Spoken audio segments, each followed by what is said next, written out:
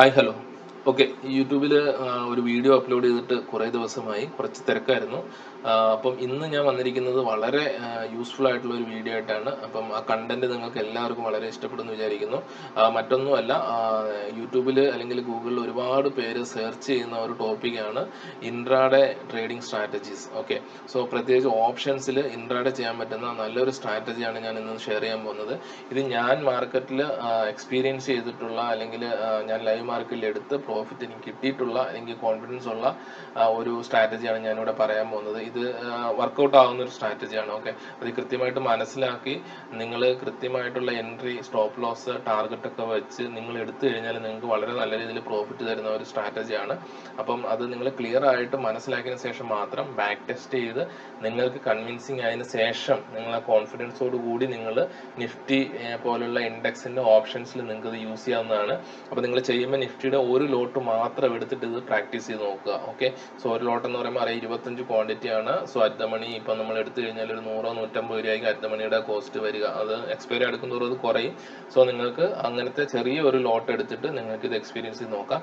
അതിന് മുമ്പ് വളരെ നല്ല രീതിയിൽ സ്ട്രാറ്റജി നിങ്ങൾ ആദ്യം കണ്ട് മനസ്സിലാക്കി ക്ലിയർ ആക്കിയതിന് ശേഷം നിങ്ങൾ തന്നെ ബാക്ക് ടെസ്റ്റ് ചെയ്ത് നോക്കുക. ചാർട്ടിൽ അത് വർക്കൗട്ട് ആവുന്നുണ്ട് എന്ന് ഉറപ്പുണ്ടെങ്കിൽ മാത്രം നിങ്ങൾ ലൈവ് മാർക്കറ്റിൽ അപ്ലൈ ചെയ്യുക. ഓക്കെ, അപ്പോൾ വീഡിയോ എല്ലാവരും പൂർണ്ണമായിട്ടും ക്ലിയർ ആയിട്ട് അവസാനം വരെ കാണുക. എന്നാൽ മാത്രമേ നിങ്ങൾക്ക് സ്ട്രാറ്റജി മനസ്സിലാവുള്ളൂ. എൻ്റെ ഓരോ എക്സ്പ്ലനേഷനിലും നിങ്ങൾക്ക് എന്തെങ്കിലും ടിപ്സും കാര്യങ്ങളും കിട്ടുന്നുണ്ടാവും. സോ അതുകൊണ്ട് വീഡിയോ ആദ്യം മുതൽ അവസാനം വരെ കാണാൻ ശ്രമിക്കുക. ഓക്കെ, ഇതിൽ വല്ല ശബ്ദത്തിൻ്റെ അല്ലെങ്കിൽ ഡിസ്റ്റർബൻസോ മറ്റെന്തെങ്കിലും തരത്തിൽ ഡിസ്റ്റർബൻസ് ഉണ്ടെങ്കിൽ നിങ്ങൾ ക്ഷമിക്കുക. നിങ്ങൾ വീഡിയോ നല്ലപോലെ കണ്ട് മനസ്സിലാക്കിയതിന് ശേഷം മാത്രം ഇത് അപ്ലൈ ചെയ്യാവുള്ളൂ. എന്തെങ്കിലും ഡൗട്ട്സ് ഉണ്ടെങ്കിൽ നിങ്ങൾ കമൻറ്റ് ബോക്സിൽ ചോദിച്ചു കഴിഞ്ഞാൽ ഞാൻ റിപ്ലൈ തരാം. ഓക്കെ, അപ്പോൾ ഞാൻ എന്തായാലും വീഡിയോയുടെ കണ്ടന്റിലേക്ക് കടക്കാം. അതിന് മുമ്പ് ഇതെന്താണ് സ്ട്രാറ്റജി എന്നുള്ളതിൻ്റെ തിയറിറ്റിക്കൽ പാർട്ട് ഞാനൊന്ന് എക്സ്പ്ലെയിൻ ചെയ്യാം. അതിനുശേഷം ഞാനത് ചാർട്ടിൽ കാണിച്ചു തരാം. എന്നിട്ട് അതിൽ എങ്ങനെയാണ് എൻട്രി എടുക്കേണ്ടത്, സ്റ്റോപ്പ് ലോസ് എവിടെയാണ്, ടാർഗറ്റ് എവിടെയാണ്, ഏത് ക്രൈറ്റീരിയ വന്നു കഴിഞ്ഞാലാണ് നമ്മളത് ചെയ്യേണ്ടത് എന്നൊക്കെയുള്ള കാര്യങ്ങൾ ഞാൻ വിശദമായിട്ട് പറഞ്ഞുതരാം. ഓക്കെ, അപ്പോൾ വീഡിയോയിലേക്ക് കിടക്കാം. ഇതിപ്പോൾ നമുക്ക് രണ്ട് രീതിയിൽ ഞാൻ ഇതിനെ എക്സ്പ്ലെയിൻ ചെയ്യാം. ഒന്ന് നമുക്കൊരു ബൈയിങ് ചെയ്യാനും ഒന്ന് സെല്ലിങ് ചെയ്യാനായിട്ട് നമുക്കിതിനെ യൂസ് ചെയ്യാം. ഇപ്പോൾ ബൈയിങ് ചെയ്യാന്ന് പറയുന്നത് നമുക്കറിയാം അപ് ട്രെൻഡ് മാർക്കറ്റ് ആണെങ്കിലാണ് നമ്മൾ ബൈ ചെയ്യുന്നതിന് പ്രിഫറൻസ് കൊടുക്കുക. ഇപ്പോൾ ഡൗൺ ട്രെൻഡ് മാർക്കറ്റ് ആണെങ്കിൽ നമ്മൾ എന്ത് ചെയ്യും, ഷോർട്ട് സെല്ലിങ് ചെയ്യുന്നതിന് പ്രിഫറൻസ് കൊടുക്കും. ഓക്കെ, ഞാനിപ്പം അപ് ട്രെൻഡിൽ നിൽക്കുന്ന ഒരു മാർക്കറ്റ് ആണെന്ന് വിചാരിക്കുക. അപ്പോൾ ഈ സ്ട്രാറ്റജി എങ്ങനെ വർക്ക് ചെയ്യും, നമുക്ക് ലോങ് എൻട്രി അതായത് ബൈയിങ് എൻട്രി എങ്ങനെ കണ്ടെത്താം എന്നുള്ളത് ഞാൻ നോക്കാം. ഓക്കെ, ഇതിപ്പോൾ മാർക്കറ്റ് അപ് ട്രെൻഡ് ആണെന്ന് വിചാരിക്കുക. നമ്മളിവിടെ യൂസ് ചെയ്യാൻ പോകുന്നത് മൂവിങ് ആവറേജ് ആണ്. അത് നോർമൽ മൂവിങ് ആവറേജ് അല്ല, എക്സ്പോണൻഷ്യൽ മൂവിങ് ആവറേജ് ആണ് നമ്മൾ യൂസ് ചെയ്യാൻ പോകുന്നത്. രണ്ട് മൂവിങ് ആവറേജിന്റെ ക്രോസ് ഓവർ ആണ് നമ്മളുടെ എൻട്രിയുടെ ഫസ്റ്റ് ക്രൈറ്റീരിയ. ഇപ്പൊ രണ്ട് മൂവിങ് ആവറേജ് ഏതൊക്കെയാണെന്ന് ചോദിച്ചു കഴിഞ്ഞാൽ ഒന്ന് 9 EMA മറ്റൊന്ന് 15 EMA ആണ് നമ്മൾ ഉപയോഗിക്കാൻ പോകുന്നത്. ഓക്കെ, ഈ EMA എന്താണ് അല്ലെങ്കിൽ മൂവിങ് ആവറേജ് എന്താണ്, എങ്ങനെയാണ് കാൽക്കുലേറ്റ് ചെയ്യുന്നതെന്നുള്ളത് നിങ്ങൾക്ക് കാൽക്കുലേഷൻസിലേക്കൊന്നും നിങ്ങളിപ്പോൾ പോകണ്ട. കാരണം എല്ലാ ട്രേഡിംഗ് പ്ലാറ്റ്ഫോമിലും നിങ്ങൾക്ക് ഈ ടൂള് കിട്ടും. നിങ്ങൾ ജസ്റ്റ് അപ്ലൈ ചെയ്ത് അതിൻ്റെ കളറും കാര്യങ്ങളൊക്കെ ഒന്ന് അഡ്ജസ്റ്റ് ചെയ്ത് കൊടുത്താൽ മതി. ബാക്കി ഇതിൻ്റെ തിയറി എങ്ങനെയാണ് ഇത് വരുന്നത്, എങ്ങനെയാണ് ഇത് കണ്ടുപിടിക്കുന്ന കാൽക്കുലേഷൻസ് ഒക്കെ നിങ്ങൾക്ക് യൂട്യൂബിൽ അല്ലെങ്കിൽ ഗൂഗിളിൽ സെർച്ച് ചെയ്ത് കഴിഞ്ഞാൽ കിട്ടും. ഞാൻ ജസ്റ്റ് ഒന്ന് പറഞ്ഞു പോകാം, അറിയാത്തവർക്കായിട്ട് ജസ്റ്റ് ഒന്ന് പറഞ്ഞു പോകാം. ഇപ്പം 9 EMA എന്ന് പറയുന്നത് 15 EMA എന്ന് പറയുന്നത് ആദ്യം നമുക്ക് ഈ MA എന്താണെന്ന് നോക്കാം. മൂവിങ് ആവറേജ് എന്ന് പറയുന്നത് 9. ഇപ്പം നമ്മൾ 5 മിനിറ്റ്സിന്റെ ക്യാൻഡിലാണ്, 5 മിനിറ്റ്സ് ടൈം ഫ്രെയിമിലാണ് നമ്മൾ ഈ എൻട്രി വർക്കൗട്ട് ചെയ്യാൻ പോകുന്നത്. അപ്പം നമ്മൾ 5 മിനിറ്റ്സിലെ ഒരു കുറേ ക്യാൻഡിൽ ഇങ്ങനെ ഉണ്ടെന്ന് നോക്കുക. ഓക്കെ, ഇങ്ങനെ കുറേ ക്യാൻഡിൽ ഇങ്ങനെ ഉണ്ടെന്ന് നോക്കുക. ഇങ്ങനെ കുറേ ക്യാൻഡിൽ ഉണ്ടെന്ന് നോക്കുക.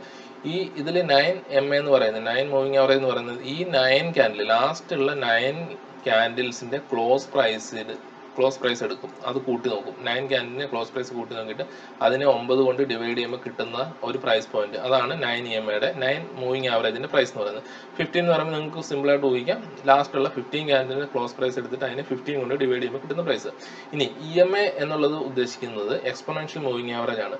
വ്യത്യാസം എന്താണെന്ന് ചോദിച്ചു കഴിഞ്ഞാൽ നമ്മൾ ഈ നോർമൽ മൂവിങ് ആവറേജിൽ 9 ക്യാൻഡിലിന്റെ ക്ലോസ് എടുത്തിട്ട് ഡിവൈഡ് ചെയ്തു 9 കൊണ്ട്.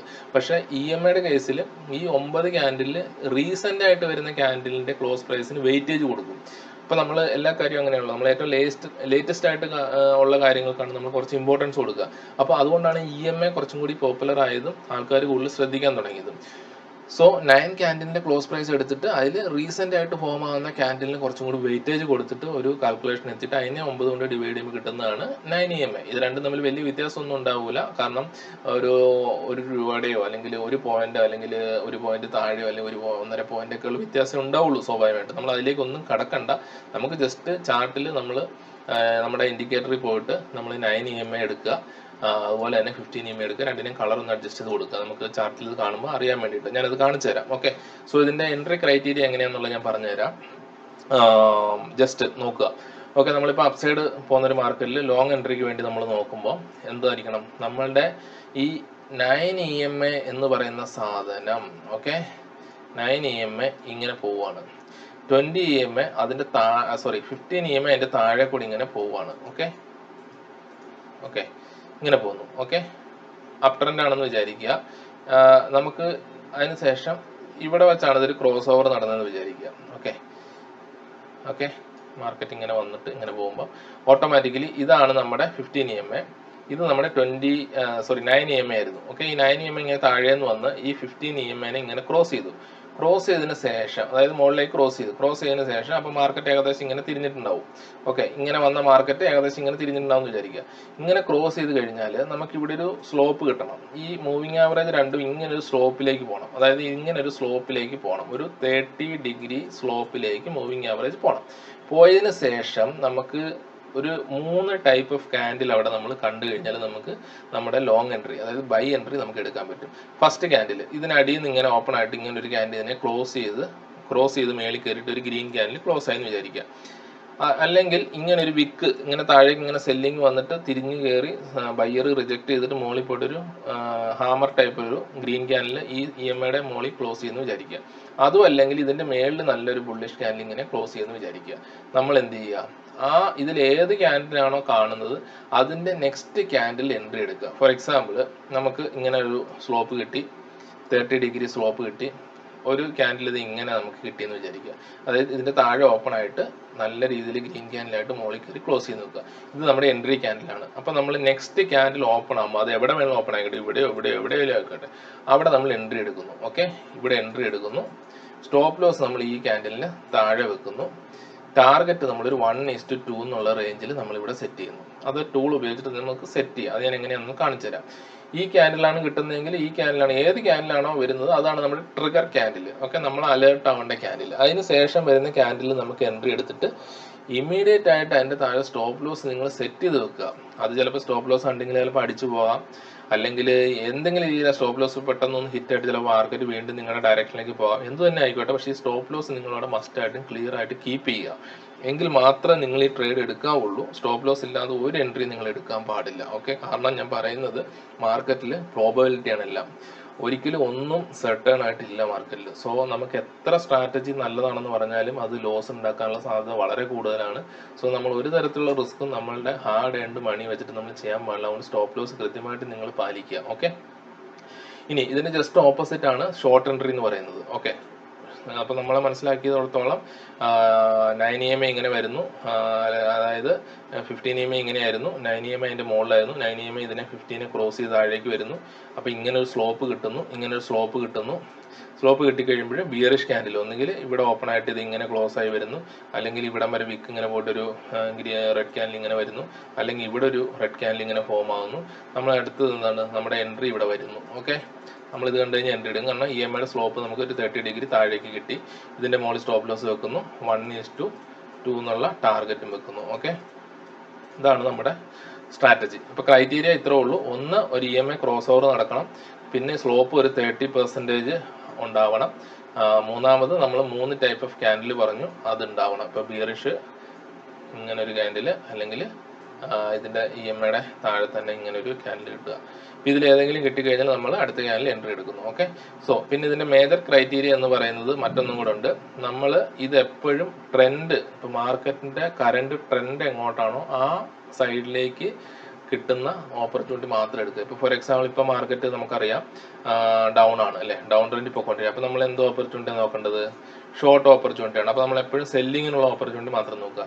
മാർക്കറ്റ് വൺസ് അപ്പായി പോകുന്ന സമയത്ത് മാത്രം നമ്മൾ മുകളിലേക്കുള്ള ക്രോസ് ഓവർ നോക്കി ലോങ് എൻട്രിക്കുള്ള ഇത് എടുക്കുക. ഓക്കെ, തിയറി എല്ലാവർക്കും മനസ്സിലായെന്ന് വിചാരിക്കുന്നു. എന്തെങ്കിലും ഡൗട്ട് ഉണ്ടെങ്കിൽ വീണ്ടും കാണുക, സംശയങ്ങൾ ഉണ്ടെങ്കിൽ കമന്റിൽ ചോദിക്കുക. ഓക്കെ, നമുക്കിനി ലൈവ് ആയിട്ടുള്ള അല്ലെങ്കിൽ ഓൾറെഡി ചാർട്ടിൽ നമുക്കിത് എങ്ങനെയാണ് വർക്ക് ആകുന്നുള്ളത് നമുക്ക് നോക്കാം. ഓക്കെ, ഞാനിവിടെ ഇപ്പോൾ നിഫ്റ്റിയുടെ ചാർട്ട് ലോഡ് ചെയ്തിട്ടുണ്ട്.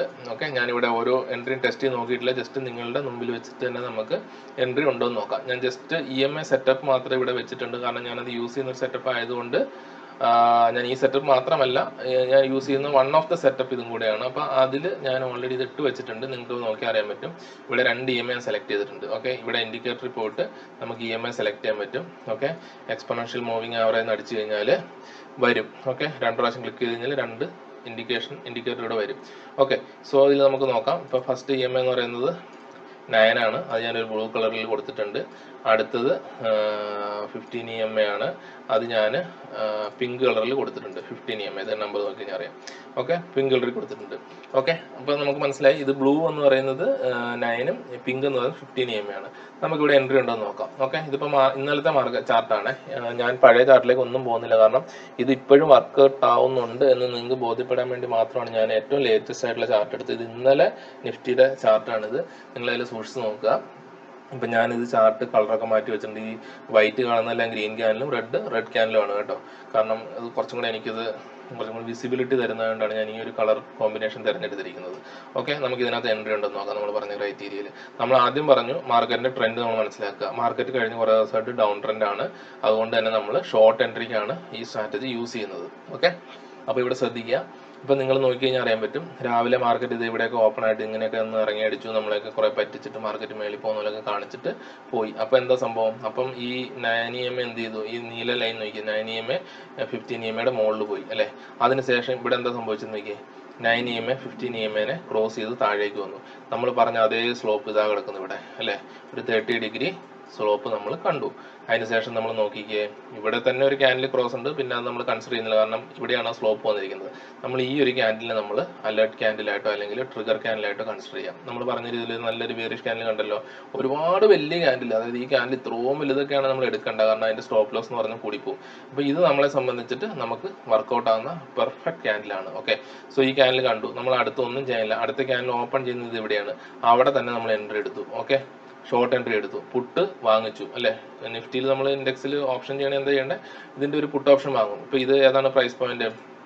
ഇപ്പൊ ഇതെന്ന് പറയുന്നത് എനിക്ക് തോന്നുന്നു 23,500 അല്ലെ. 23,500ന്റെ നമ്മളൊരു പുട്ട് ഓപ്ഷൻ വാങ്ങുന്നു. 23,500, 23,550, 600 എന്തൊരു ആയിക്കോട്ടെ, നമ്മൾ 23,500ന്റെ ഒരു പുട്ട് ഓപ്ഷൻ നമ്മൾ വാങ്ങുന്നു. ഓക്കെ, പുട്ട് ഓപ്ഷൻ നമ്മൾ വാങ്ങും. ഈ ഒരു എൻട്രി കണ്ടുകൊണ്ട് നമ്മൾ 23,500ന്റെ പുട്ട് ഓപ്ഷൻ ഇത് ഇവിടെ നമ്മൾ വാങ്ങി. ഓക്കെ, വാങ്ങിയിട്ട് നമ്മൾ എന്ത് പറഞ്ഞു? നമ്മൾ സ്റ്റോപ്പ് ലോസ് എവിടെ സെറ്റ് ചെയ്യണം? നമുക്ക് സ്റ്റോപ്പ് ലോസ് സെറ്റ് ചെയ്യേണ്ട ഏരിയ അതാണ്. ഈ ക്യാൻഡിലാണ് നമ്മുടെ ട്രിഗർ ക്യാൻഡിൽ. നമ്മൾ ഇവിടെ എൻട്രി എടുത്തു. അപ്പം ഈ ക്യാൻഡിലാണ് നമ്മളെ എൻട്രി എടുക്കാൻ ഹെൽപ്പ് ചെയ്ത അല്ലെങ്കിൽ ഇൻഡിക്കേഷൻ തന്ന ക്യാൻഡിൽ. ഇതിന്റെ മുകളിൽ നമ്മൾ സ്റ്റോപ്പ് ലോസ് സെറ്റ് ചെയ്യുന്നു. ഓക്കെ, അതിനുശേഷം ശ്രദ്ധിക്കുക, നമ്മൾ ഈ ഒരു ടൂൾ എടുക്കുക, ഷോർട്ട് പൊസിഷൻ എടുത്തിട്ട് നമ്മളിത് ഇവിടെയാണ് നമ്മൾ എൻട്രി എടുക്കുന്നത്. നമ്മളിത് ഇതിന്റെ മുകളിലാണ് സ്റ്റോപ്പ് ലോസ് ഇങ്ങനെ കൺസിഡർ ചെയ്തത് അല്ലേ.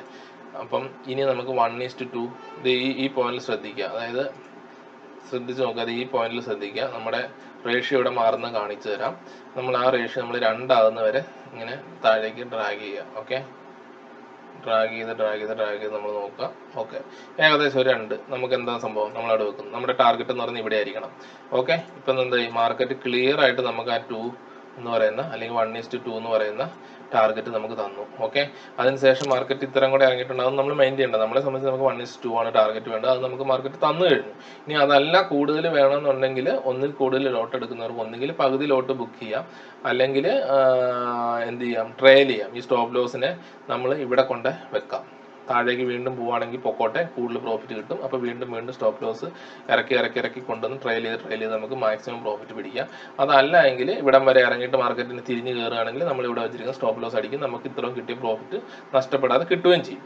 ഒരിക്കലും ഇവിടെ വെച്ച് പ്രോഫിറ്റ് ബുക്ക് ചെയ്യാതിരിക്കരുത്, ട്രയൽ ചെയ്യാതെ ഇരിക്കരുത്. എന്ത് സംഭവിക്കും? തിരിച്ച് മാർക്കറ്റ് കയറി വന്നു, ചിലപ്പോൾ നമ്മുടെ സ്റ്റോപ്പ് ലോസ് എപ്പോഴെങ്കിലും അത് അടിച്ചും പോകും. പക്ഷേ ഈ കേസിൽ അടിച്ചില്ല. പക്ഷേ നമുക്ക് പറയാൻ പറ്റില്ല, കാരണം നമുക്ക് കിട്ടിയ പ്രോഫിറ്റ് അത്രയും പോകും. നമുക്കത് കണ്ടുകൊണ്ടിരിക്കാൻ ബുദ്ധിമുട്ടായിരിക്കും. ഓക്കെ, സോ നമുക്ക് എൻട്രി എക്സിറ്റ് മനസ്സിലായല്ലോ. ഇനി അടുത്തത് ഇതേപോലെ വേറെ എൻട്രി ഉണ്ടെന്ന് നോക്കാം. സോ മാർക്കറ്റ് വീണ്ടും നമ്മൾ പറയുന്നു ഡൗൺ ട്രെൻഡ് ആയതുകൊണ്ട് നമ്മൾ ഷോർട്ട് എൻട്രി മാത്രമേ നോക്കുള്ളൂ. അപ്പോൾ നോക്കുക, ഇതേ അടുത്ത് കിടക്കുന്ന ഒരു സെറ്റപ്പ്. ഇവിടെ ഇത് 9 EMI എന്താണ്? 15 EMIയുടെ താഴെയാണ്. താഴെന്നത് മോളിൽ പോയി ക്രോസ് ചെയ്തു.